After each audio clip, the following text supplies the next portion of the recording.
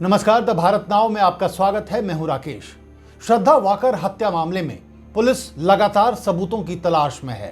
फिलहाल आरोपी आफताब जो कुछ भी बक रहा है या बता रहा है, पुलिस उसी को मानकर अपनी जांच कर रही है। और अभी तक के खुलासे से लग रहा है कि आफताब केवल पुलिस को घुमा रहा है, रोज नई कहानी सुना रहा है और जांच को भटकाने की पूरी कोशिश कर रहा है। उसके कबूलनामे पर अगर ध्यान दें तो ये समझ लीजिए कि उसके आधार पर पुलिस के लिए चेन ऑफ इवेंट को साबित करना बहुत मुश्किल है। मुश्किल इसलिए क्योंकि अभी तक दिल्ली पुलिस को कुछ भी ऐसा नहीं मिला है जिससे आफताब का अपराध अदालत में साबित हो सके। आफताब ने बताया कि उसने श्रद्धा को काट कर फेंक दिया, लेकिन अभी तक कटे शरीर का कोई टुकड़ा नहीं मिला है। ना खून से सने उसके कपड़े मिले हैं। जिस फ्रिज में शरीर काट कर रखा उसमें खून का धब्बा या फिर लाश रखने के सबूत तक नहीं मिले हैं। जिस बाथरूम में शरीर के टुकड़े किए उस बाथरूम में खून का कोई धब्बा तक नहीं मिला है।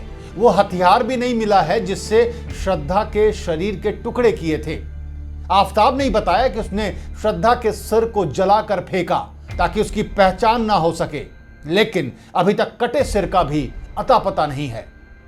कहने का मतलब ये कि जो कहानी आफताब सुना रहा है वो सच है भी कि नहीं, ये पता नहीं चल पा रहा है। उसके कहे के मुताबिक पुलिस को भी ऐसा कुछ नहीं मिला है जो उसकी कहानी को सच साबित करे या फिर उसके लिंक जोड़ सके। आफताब हत्या की जो कहानी सुना रहा है वो तो अभी तक कहीं से भी साबित होती नहीं दिख रही।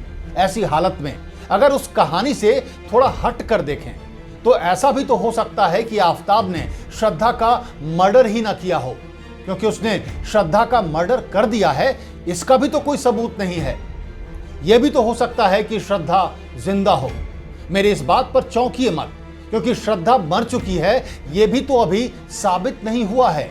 हो सकता है कि आफताब ने श्रद्धा को कहीं गायब कर दिया हो, या गलत हाथों में उसका सौदा कर दिया हो, या किसी धंधेबाज के हवाले कर दिया हो। यह ह्यूमन ट्रैफिकिंग का भी मामला हो सकता है। ऐसे हजारों मामले हर साल अपने ही देश में सामने आते हैं। यह कोई नई बात नहीं है, मैं कुछ अजूबा नहीं कह रहा। हो सकता है कि मजबूर श्रद्धा किसी शेख के हरम में पहुंच गई हो, या फिर विदेश के किसी रेड लाइट एरिया में पहुंचा दी गई हो। यह सिर्फ एक एंगल है जो ह्यूमन ट्रैफिकिंग का एंगल है, और सब जानते हैं कि ऐसा होता भी है। पुलिस को इस एंगल पर ध्यान देने की जरूरत है। पुलिस खुद बता रही है कि आफताब श्रद्धा की हत्या के बाद भी कई लड़कियों के संपर्क में था। आफताब अलग अलग डेटिंग ऐप के जरिए लड़कियों को फंसाकर अपने कमरे पर ले जाता था।